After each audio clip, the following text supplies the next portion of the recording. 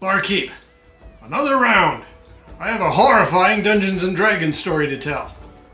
Welcome to another Down the Rabbit Hole video. Yeah, I wanted to tell a little story about a D&D thing that I experienced that was very weird, probably the weirdest thing that ever happened to me that was D&D related. And I'm sure to modern audiences this would seem the stuff of nightmares, but in the 80s it was perfectly fine. So, I just did a video a little while ago where I had some strongbow, and I'm going to pour myself a glass here while I tell you my tale of woe. So, this is also somewhat related to the Star Frontiers video that I just did. I was talking about where I grew up as a kid and how that street that I lived on was kind of related to the map of the frontier. There we go. Nice big pint. That'll work well.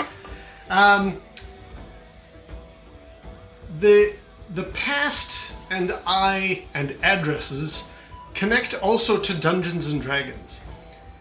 I wrote into Dragon magazine in the mid-80s because I was living in the UK and I didn't have any connection to my old gang and our old campaign that we used to do. And I was kind of like, I'm going to send in a few letters to the Dragon magazine. I did so, and it was interesting.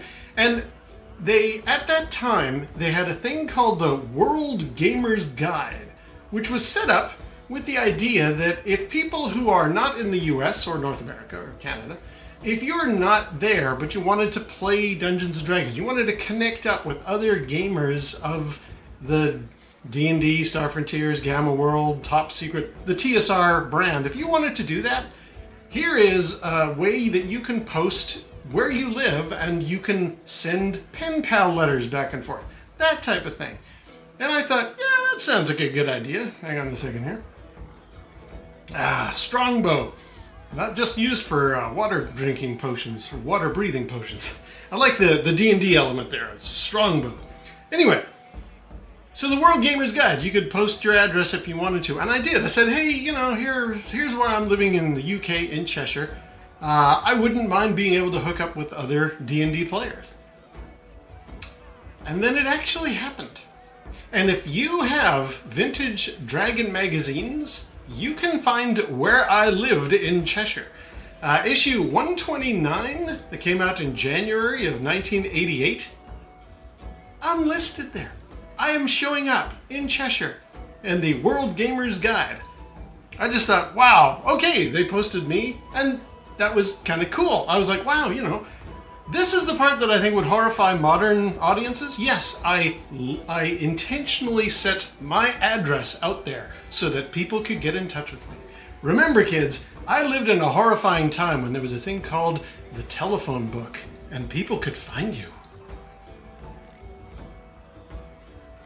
But my pulling a face just now is ironically backfired on me in 1988 because there was one day I'm sitting around reading my comic books, listening to some music, whatever, and there was a knock at the door. And I opened it and I heard a voice out there saying, "Does Kevin live here?" And I did not recognize the voice. And they were like, "Kevin, there's somebody at the door for you."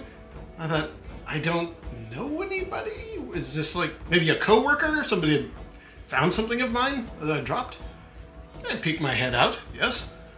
And there was a couple of guys, can't remember their names now, but they're like, yeah, we lifted up the magazine, the Dragon magazine. We saw you lived in this town and we thought we would invite you to a game. Huh? I mean, what? That was bizarre to me. And yeah, I got in their car and I went to their place and we had a D&D session and I showed up a couple of times. And it was the strangest experience, because again, like a ship in a bottle, you send your info out there and you think, well, nothing's gonna ever come of this. Plus, I was in Cheshire. Like, if I was in a major metro town, like, London or Manchester or Liverpool, any of the big cities, oh yeah, somebody would get in touch with me. But I was in this small town in Cheshire, and out of the blue, somebody made the trip. Now, it wasn't like 100 miles, but they went from a couple of towns to pick me up in their car and take me back and play the D&D campaign. And I had a ball. I had a great time. That was a really fun, friendly, social experience. Again, the stuff of nightmares of people today, I'm sure. Wait a minute, you had total strangers take you to their house? Anything could have happened to you. I know. They saw my address in a magazine. And I'm still alive to tell the tale. But what a weird thing to have happen. Like, here I am, again, connected to the Starfrontiers video. I've just had my address connected to Dungeons and Dragons, and it's still in print today. If you can get your hands on that vintage Dragon magazine, you'll see where I used to live. There's my name. There's my address. I don't live there anymore. Please don't pester the people who do live there. But I just thought, that is such a strange experience. And again, Dragon stopped doing the World Gamers Guide after a year or two. I don't know if it was like people were suddenly, hey, I don't know if I want my address out there, or if it was just there isn't any momentum in this Gamers Guide. You know, we're not having. It was, I think, also for like servicemen and women who are posted in different parts of the world. Hey, if you want to get together with a D&D crowd, here's how you can do it. I think maybe that was another intention, and it just wasn't quite working out or something, or maybe they needed real estate for more ads on their pages. I don't know. But they stopped doing it in 89, I think it was. So for a small window of opportunity there, Dragon Magazine hooked up international players with other international players, and I was one of them. And it was really the strangest experience I ever had, to just at random have some total stranger knock at my door and say, would you like to come and play D&D with me? Yeah, I would. My gosh. So, yeah, I felt like that was a fun little story to tell, and as I say, nightmare fuel for anybody who's concerned about confidentiality and privacy in this modern era. You had total strangers, you put your address in a magazine, and you had total strangers take you away somewhere. Anything could have happened. Yep, that was me. But I'm still here, and it was, if nothing else, a very strange, fun little experience to have encountered in my life. So, thought I'd share that. I'm gonna continue on enjoying my Strongbow Ale here in the pub, the tavern.